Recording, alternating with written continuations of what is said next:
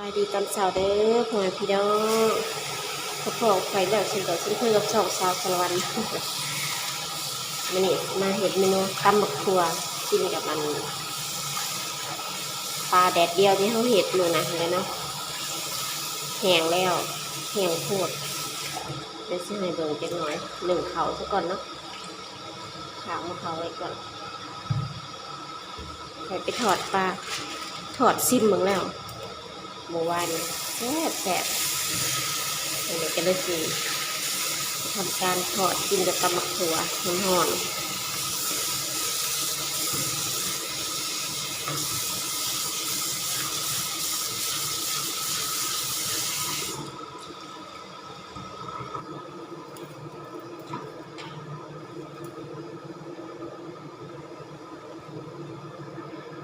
ก่อนอื่นเรามาล้างเครื่องที่เราสิตำกันเนาะอันนี้บักนาวบักเลนก็ได้หน่วยเดียวนี่มักถั่วงามหน่วยงามนะ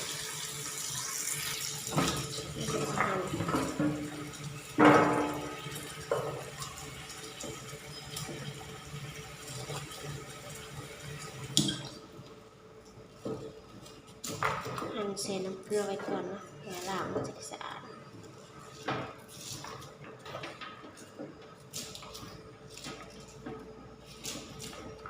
แช่ไว้แล้วก็จะไปถอดปลาแดดเดียวของเรานี่เอาเส้นน้ำเกลือไว้ก่อนเนาะเพื่อล้างสิ่งสกปรกแล้วก็น้ำยาเขาใส่ลงไปเนาะอย่างน้อยเราก็เสียไว้เดี๋ยวไปถอดปลากันแท้เลยนี่ปลาแดดเดียวเขาแห้งโทษตอนแรกตากแดดหนึ่งเนี่ยอย่ามันเน่าไว้จะได้ตาก2 แดดไปเลยจะได้แห้งกรอบเลยหน้าตาแห้งคักแห้งเนี่ยจนจ่อยปลา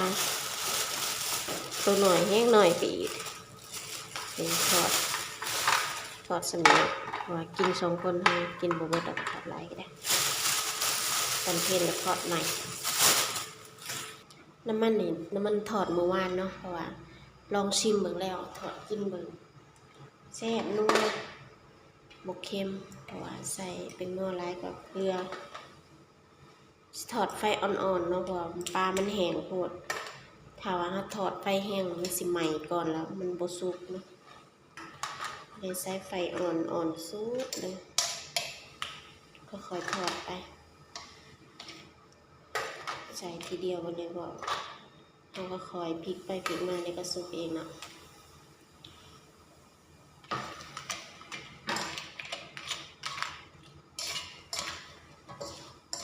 ห้ามใส่ไฟแรงถ้าใส่ไฟแห้งเลยว่าไม้บริกินดอก มันใหม่มันขมดิมันบกซุกแล้วมันสิใหม่ก่อนเราต้องใส่ไฟอ่อนๆค่อยๆใจเย็นๆเนาะเห็ดอย่างไรห้ามใจร้อนนี่เดี๋ยวถอดไปเรื่อยเดี๋ยวมันเหลืองเดี๋ยวมาเบิ่งอีกทีนึงเนาะนี่ทำมาล้างมะขวดด้วยถั่ว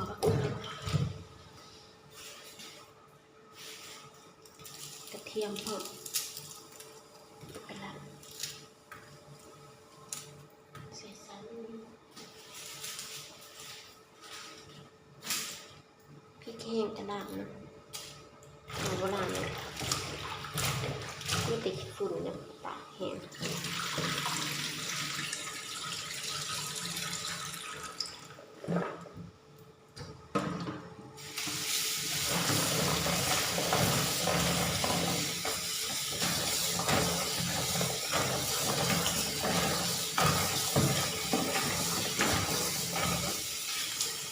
ล้างสะอาดแล้วมาเบิ่งเขาค่ะขึ้นแล้วสิเข้าก่อน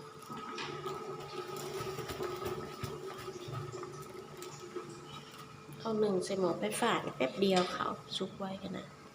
ระวังร้อนปลาเขาซุกเขาสิมาตำมักพริกตำมันยังมักถั่วกันเนาะ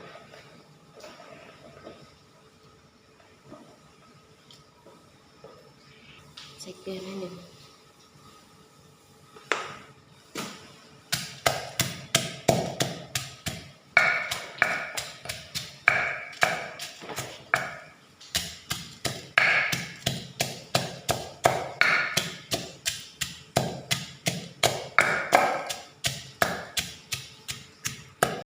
ตำพริกกระเทียมแหลกแล้วเนาะเขามาเบิ่งปลาเขาเหลืองกรอบแล้วเหลืองน่ากินมากนี่ซ้ำนี้พอดีแล้วไหวโดนได้ไหมขอบแห้งเราก็ทิสยอยเอาออก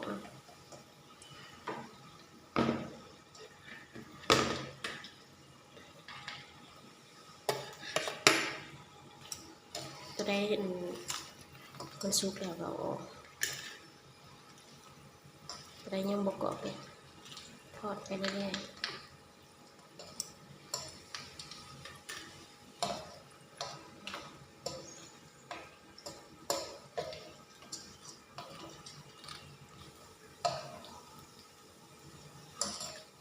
พอดีกันทอดไผ่อ่อนมันจะประมาณมันสิสุกทอดไปแห้งใหม่ก่อนปลาโบซุกมีแต่ปลาเขาขมหัวปลามันแห้งแห้งแห้ง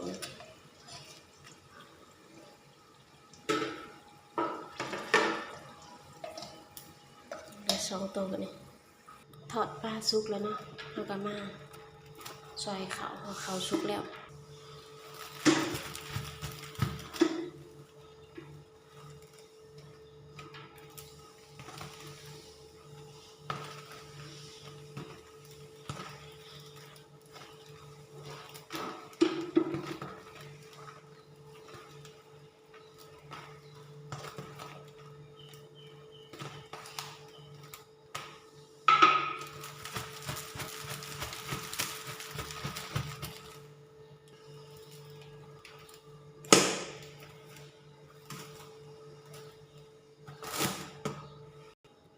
นี่แจวมันก็แหลกเลยแล้วใส่มะถั่วเนาะสิตำค่อยๆใส่ของตำ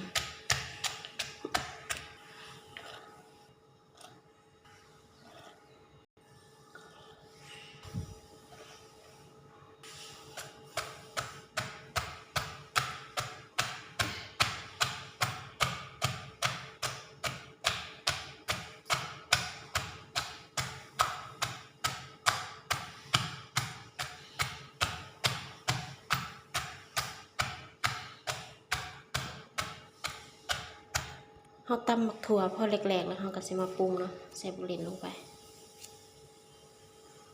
บุหรี่มีหน่วยเดียวเป็นอย่างพอดีเลยใส่ลายกับบดเสียบบดคือตำมะฮงตามด้วยมะนาวเปรี้ยวน้ำลายด้วยบักน้ำหน่อยน้อยๆตะเล็กคิดเลยสิบุค่อยมีน้ำบักน้ำช่วงนี้มันบุค่อยใหญ่นะหน่อยน้อยๆเนี่ยถ้ามีน้ำแบบนี้ก็อภัยอยู่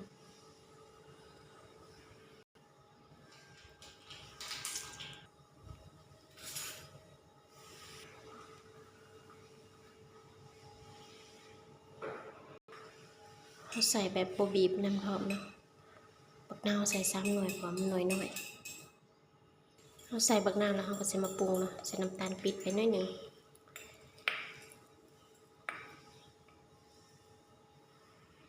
ตามด้วยผงชูรสตามด้วยน้ำปลาใส่ไปนิดหน่อยใส่ลายสีเขียวสุดท้ายใส่น้ำปลาแดกเนาะใส่นิดเดียวพอ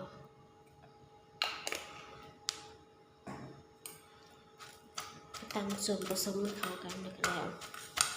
นี่ไงตำบักถั่ว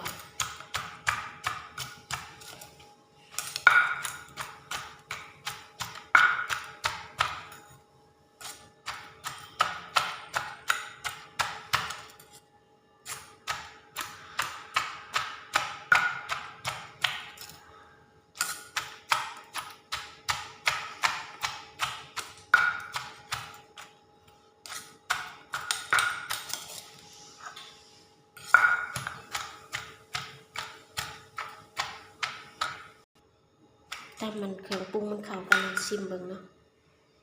ใช่ปะ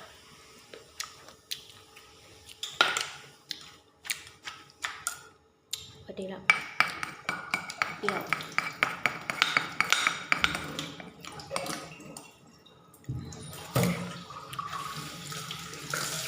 มันมาเทใส่ถาดนะ